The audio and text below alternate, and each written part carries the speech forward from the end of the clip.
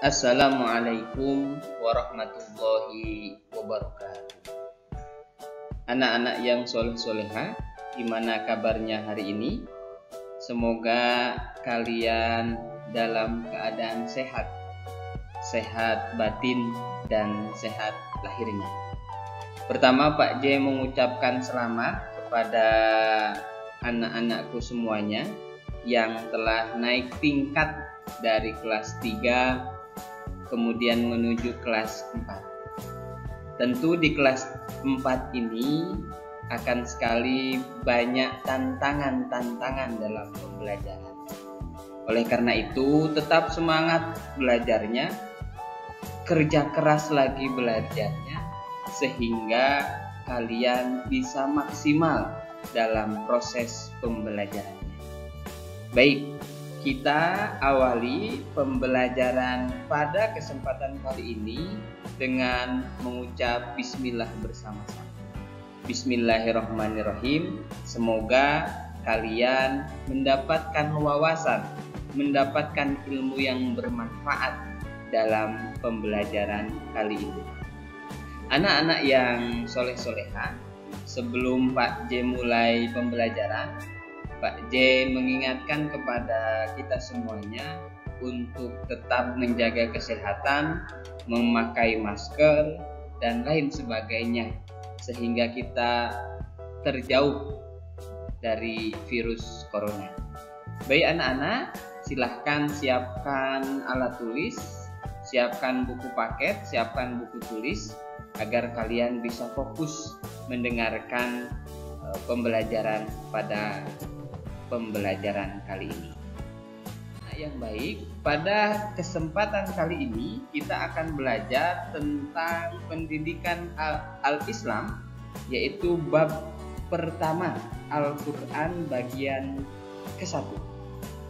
Hari ini materi yang akan Pak J sampaikan yaitu surat Al-Lail, yang kedua Asyam, dan yang ketiga adalah Al-Balad. Untuk kompetensi pembelajaran atau tujuan pembelajaran yang harus kalian capai, yaitu menghafal, menyalin, dan memahami isi kandungan Quran surat Al-Lail, Asyam, dan Al-Balad. Baik anak-anak yang soleh-soleh, materinya yaitu surat Al-Lail. Al-Lail artinya malam. Jumlah ayat surat Al-Lail adalah 21 ayat. Kemudian urutan suratnya surat ke-92, termasuk golongan surat Makkiyah.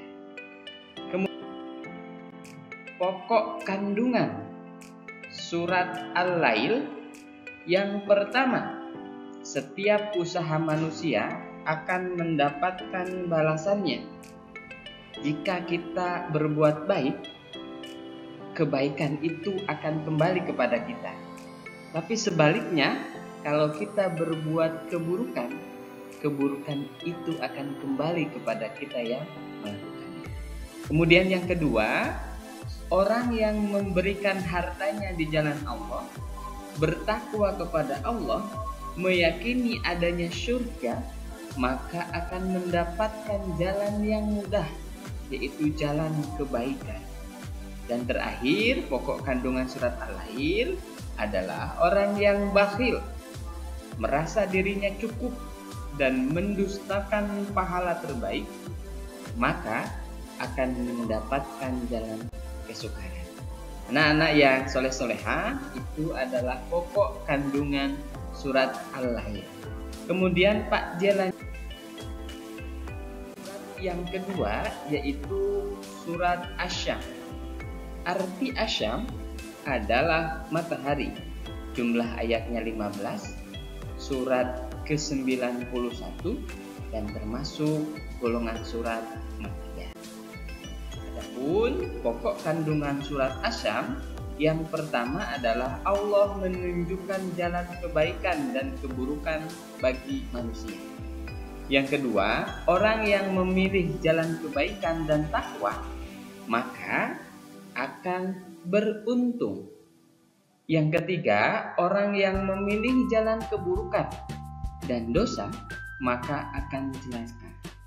Yang terakhir, Allah menceritakan kedurhakaan kaum Samud agar menjadi peringatan bagi kita semua. Kaum Samud adalah kaum yang durhaka kepada Allah Subhanahu wa Ta'ala. Dari isi pokok kandungan surat As-San ini, kesimpulannya adalah mari kita memilih jalan kebaikan dan takwa dan meninggalkan jalan keburukan atau dosa. Untuk selanjutnya, surat Al-Balad, surat yang ketiga yang kita bahas dalam pembelajaran kali ini. Al-Balad artinya negeri. Jumlah ayatnya 20, surat yang ke-90, termasuk surat Makkiyah. Surat Makkiyah adalah surat yang diturunkan di Mekah. Pokok kandungan surat Al-Balad yang pertama, Mekah merupakan tempat suci dan diberkahi umat Islam. Yang kedua, jalan mudah menuju neraka adalah perbuatan maksiat.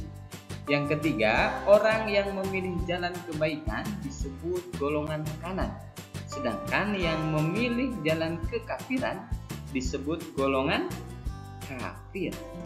Yang keempat, Allah mengaruniakan kepada kita nikmat yang besar, yaitu 2 mata, lidah, 2 bibir, dan lain sebagainya, dan menunjukkan jalannya. Mata untuk melihat, bibir untuk mengecap, dan lidah juga untuk mengecap. Yang kelima, jalan kesukaran menuju surga, yaitu memerdekakan budak, memberikan makan pada musim kelaparan, menyantuni anak yatim, dan membantu orang miskin. Baik anak-anak, demikian tadi pokok kandungan surat Al-Balad.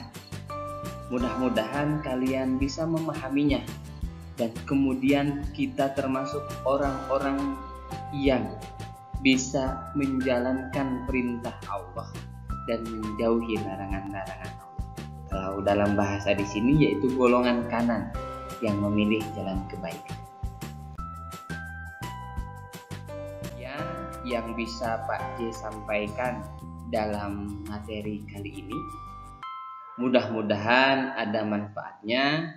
Pak J bacakan hadis riwayat Tirmidzi yang artinya sesungguhnya orang yang tidak terdapat dalam rongga badannya sesuatu dari Al-Quran adalah seperti rumah yang roboh.